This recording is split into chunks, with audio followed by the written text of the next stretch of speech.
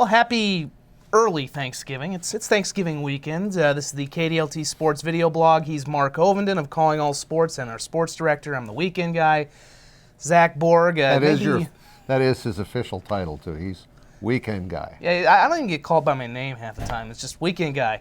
Do this, do that. You know, it's good life, though. We still have a lot going on now, though, even though it's Thanksgiving. Yeah. Everybody else is taking a break, but the sports world does not, especially football-wise. We've still got some college football to talk about. State U game kind of went as you expected it to a week ago. South Dakota State scored on their first 5 possessions of the football game, built a 31-0 lead, kind of called the dogs off in the second half, and beat the University of South Dakota 37-14. That gets South Dakota State into the playoffs against Montana State. We'll talk about that in a minute. Let's just wrap up State U, though. This was pretty much, you pretty much called this one last week. State came out and gave a very focused and inspired performance. They had everything to play for. Not to say that, USD wasn't fired up for the game. They were.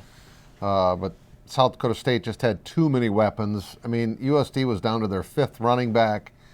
They've been decimated by injuries, and they had a chance early in the game to stay in it. They missed an easy chip shot field goal.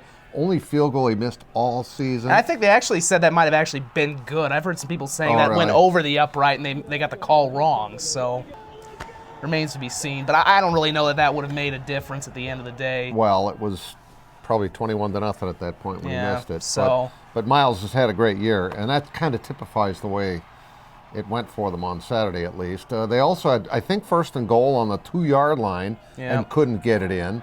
They had an interception where a guy had the touchdown in his hands and it was ripped away from him. Yeah, so there's 3 scores that could have happened and didn't, and as a result, I mean, it was a very one-sided game. You could look at the final score and say it was a blowout.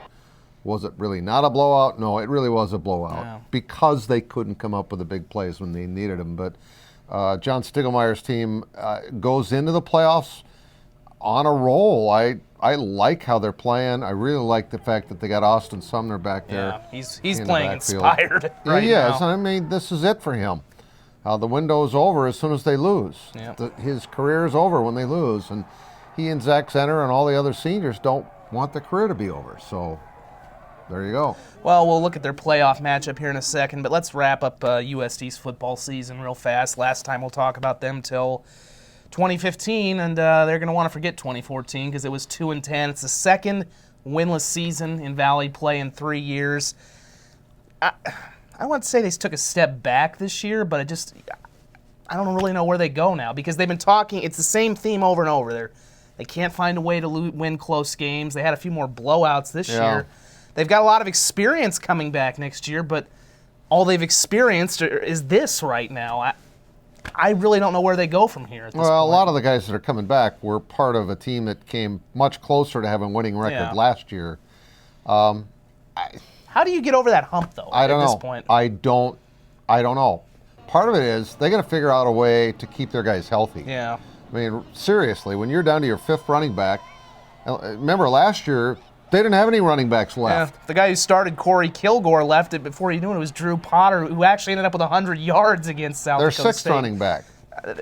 And then, of course, the Kevin Earl thing right away hurt him when he had the broken finger up at Oregon. Yeah.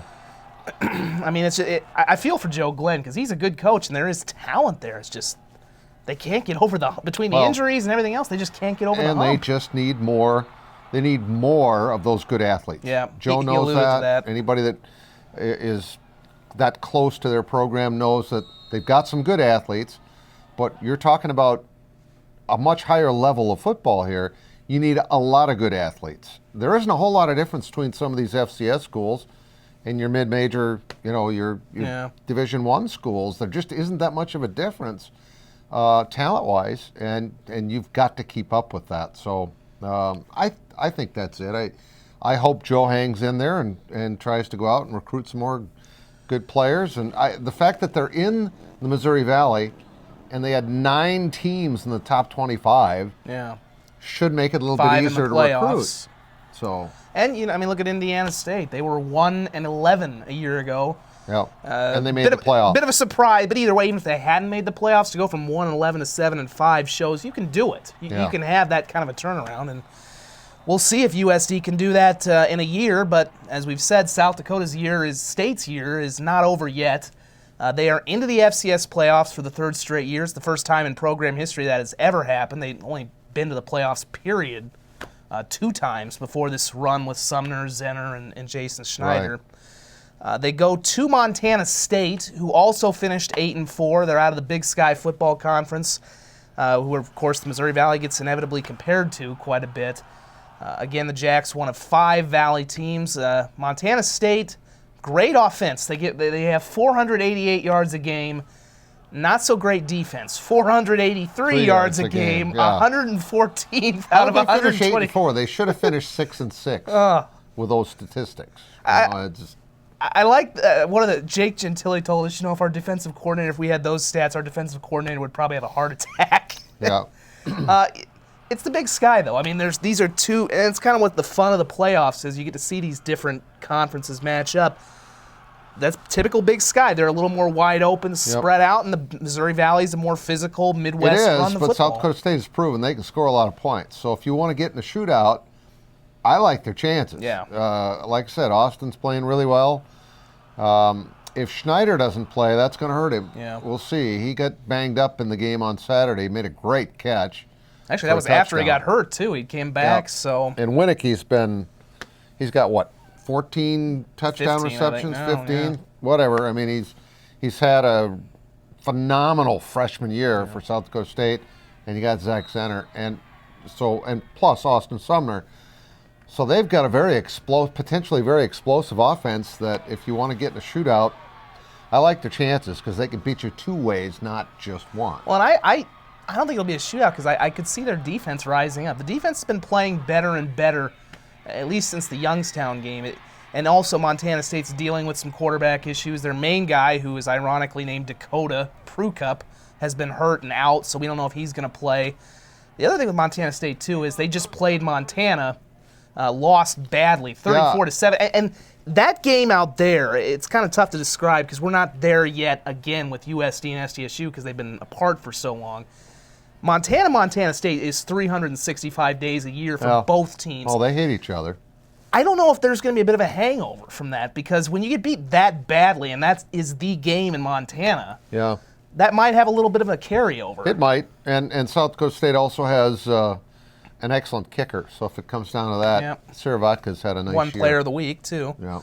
And, of course, the winner of this game, is if there isn't enough incentive in the playoff, gets to go to North Dakota State. But you don't think about that. I mean, that just doesn't matter. You're worried about the game this coming weekend against Montana State and not worried about who you'll have to play. I mean, and the Jackrabbits have done a phenomenal job of that the last 2 years when they've gotten themselves in a hole in particular of focusing on what is right in front of them.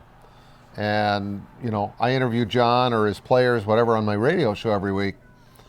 They won't look past this game. They will not do it. It's that sign in their locker room as they're coming out onto the field at Coughlin says 1-0 every week. Yeah, 1-0 every day. Every day, yeah. So I can guarantee, though, I think the Bison would probably rather play Montana State right now, and especially as close as some of the SDSU games have been over the years. But the Bison have had South Dakota State's number in the playoffs. It makes me think they're due eventually. But we'll see. That's if they can get past Montana State. Yeah, we're not going to talk about that. Yeah, not going to talk about that yet. We hope we're talking about that in a week, though. That game with Montana State kicks off at 3 o'clock in Bozeman, Montana. That's on ESPNU. We'll have highlights. We're hoping to get some sound after the game from our affiliate out of Bozeman. So be sure to tune in to KDLT News at 6 and 10 on Saturday for that. Not the only postseason action of note in this area, and this one was a bit of a surprise. Southwest Minnesota State's had a lot of great volleyball teams under Terry Culhane. I don't know that anyone really expected this to be the one that would make the first Elite 8 in program history. They beat Concordia St. Paul in Concordia St. Paul's 43 NCAA tournament match win streak. Well, that was Duluth. That was in the semifinals. Right, and then they have to play Duluth in the championship. Let's go back to the quarterfinals. They beat the 4th-ranked team in the country in their first match in Kearney. Then they beat Concordia St. Paul, a team that won 7 consecutive NCAA Division II volleyball titles, had won 43 straight in the postseason, and then they beat Duluth on their home floor. So they beat 4, 3, and 2 in the country, almost as though they won a national championship in their own region. Terry Culhane knows that getting out of the region is more difficult than winning a national championship once you get there. So, yeah, what they did with a young team without a superstar, because they've had a ton of superstars in the time that he's been there. We've done several Athletes of the Week on many of their players who've had these ridiculous numbers and are just fun to watch. And this team doesn't have one of those players. They've got balance. They've got a good overall team, and they came together at the right time. They lost 9 matches, but three were to Concordia and 3 were to Duluth. So they came back and beat both those teams in the 4th try, which, as Terry said, we felt like we had the advantage going against them because it's really hard to beat a good team that many 4 times. Because they got a good team. I remember they were close to beating Concordia in the regular season. They lost like a 5-set matchup in Marshall. The Duluth one was a little shocking because I remember you shot them at USF. Granted, those are different teams, but you were so impressed by Duluth, and it was on Duluth's home floor. They'd only lost one match all year. That's who I thought was going to win the national championship this year, was Duluth. Well, maybe it'll be SMSU. They're going to play Sonoma State at the Elite Eight in Louisville, Kentucky. That's on December 4th.